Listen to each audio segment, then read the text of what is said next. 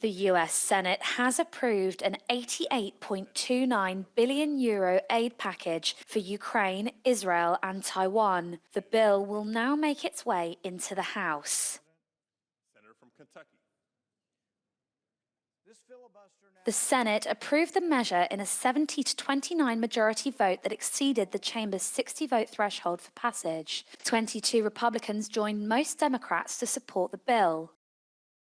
Despite passing the Senate, the bill doesn't face an easy ride. Republicans in the House are ideologically aligned with Trump and deeply skeptical about continuing aid to Ukraine in its war against Russia. The bill must pass both houses of Congress to make it into law.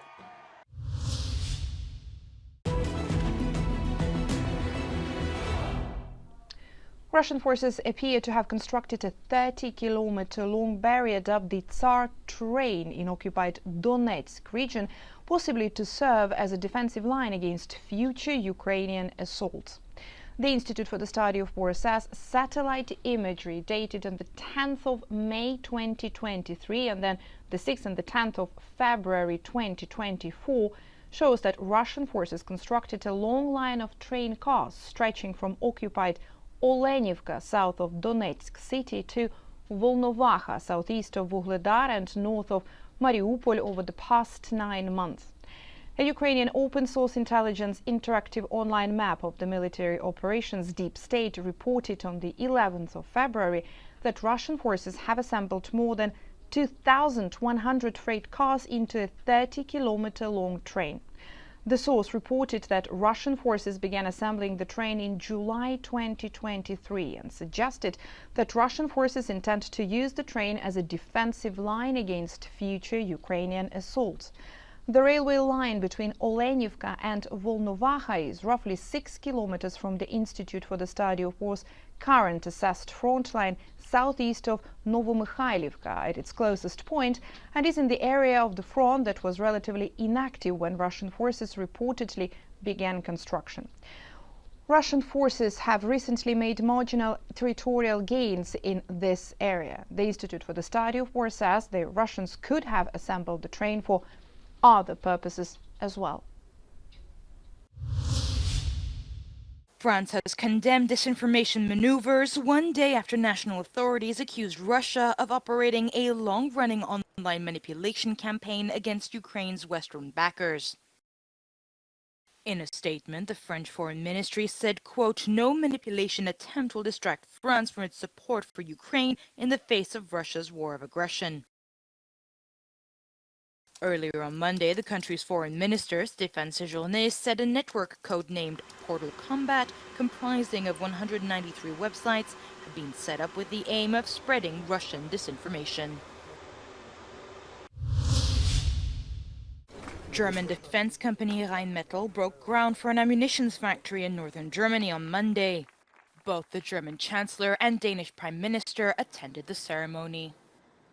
The aim is to increase arms production in Europe while the war in Ukraine continues and 9 months before the US presidential elections. No matter what will happen in the US in this year, I think the conclusion has to be written already now that Europe needs to be stronger and we need to be able to do more on our own. And I say that even though I'm a true believer in the transatlantic alliance. Construction is expected to take around a year, with a priority being starting production as soon as possible. According to Rheinmetall, production at the site will mainly meet the needs of the German armed forces. Germany, the second largest arms supplier to Ukraine, plans to invest 2% of its GDP in defense this year. The head of the UN Relief and Works Agency for Palestine refugees has said he hopes the European Commission will keep funding their operations. In a visit to Brussels on Monday, Philip Lazzarini said it was critical the cash flow to the organization continues. The agency is investigating whether 12 of its employees took part in Hamas's October 7 attacks against Israel.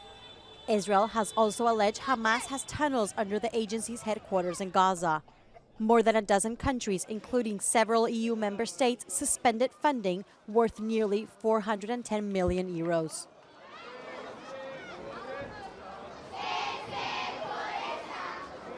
Die Commission contribution is absolutely critical because it's $82 million expected beginning of March. If we would have had no pause or freeze of funding, our cash flow would have been good until the end of July. Our cash flow will suffer as from now, as from the month of March.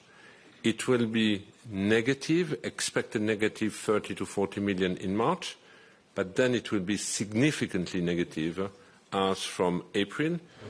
The conclusions from the investigation could take months to appear, but the EU's chief of diplomacy, Josep Borrell, has hinted the European Commission could make some decisions before that. The bloc's 27 countries will have to coordinate a decision on the agency, but Borrell says the UN Agency for Palestine Refugees is irreplaceable. If I have to look at the majority feeling, I think that the majority clearly is understanding the fact that there is no alternative to support the Palestinian people than what we have in place and has been in place for 70 years or more with Hamas and without Hamas. So I cannot imagine a magic wand to say that tomorrow someone will come and provide the schools to have 1 million young people. Lazzarini said that Israel's operations in Rafah, near the border with Egypt, are already disrupting the entrance of humanitarian aid. Convoys are also being attacked due to the lack of local police protection. While in Brussels, Lazzarini also said for the first time that he would not resign against repeated requests by the Israeli government.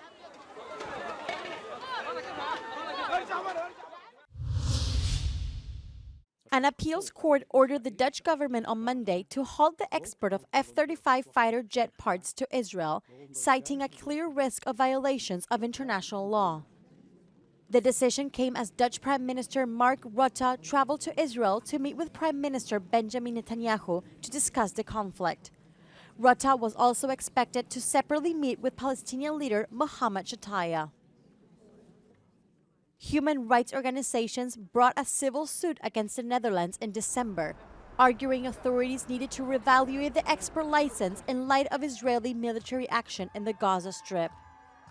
It is undeniable that there is a clear risk that the exported F-35 parts are used in serious violations of international humanitarian law, Judge Bas Boel said while reading out the ruling.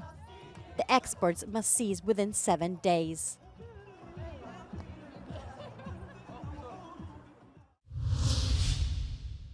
Spanish police have seized 8 tons of cocaine at the southern port of Algeciras, one of the largest hauls it has ever intercepted.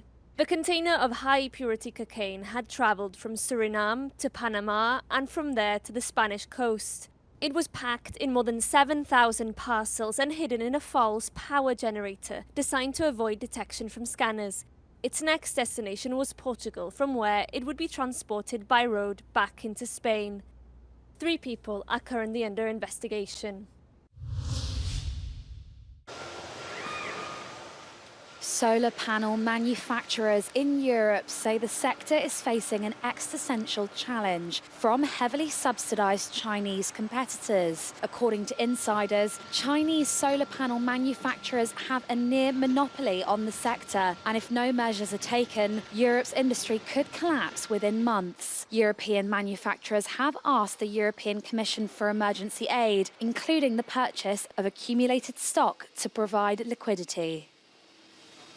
So China has been subsidizing their industry for more than a decade. They took a strategic decision for more than 15 years ago that they saw PV as a strategic technology. They have done so in other areas such as electrical vehicles and batteries, etc. Lower prices elsewhere have made several companies decide to relocate outside of the continent, whilst others have made staff redundant. Para luchar contra la feroz competencia china y evitar caer en la bancarrota, fábricas como esta, SolarEdge, en Países Bajos se han tenido que adaptar e innovar muchísimo más. Por ejemplo, creando este panel solar, que es mucho más ligero que los habituales y se puede instalar en tejados que no soportan el peso. But even for those innovators, the situation could soon become untenable.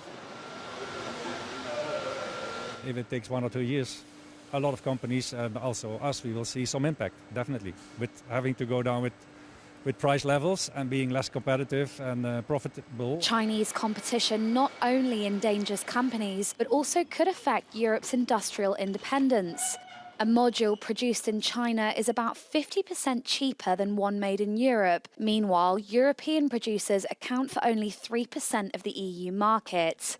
In the medium term, the EU has two directives almost finalised that could reduce competition. The first would require 40% of the clean technologies installed in the EU to be manufactured here as well. The second would prohibit the sale in the EU of products made with forced labour, something that happens in several areas of China. The European Commission has not yet announced any emergency measures and is still assessing the situation. It's important that the solar market in Europe keeps growing, because we're still not at the levels that we need to reach the 2030 targets. So any industrial strategy for the manufacturing needs to make sure that it doesn't impact negatively the continued growth of the European solar markets.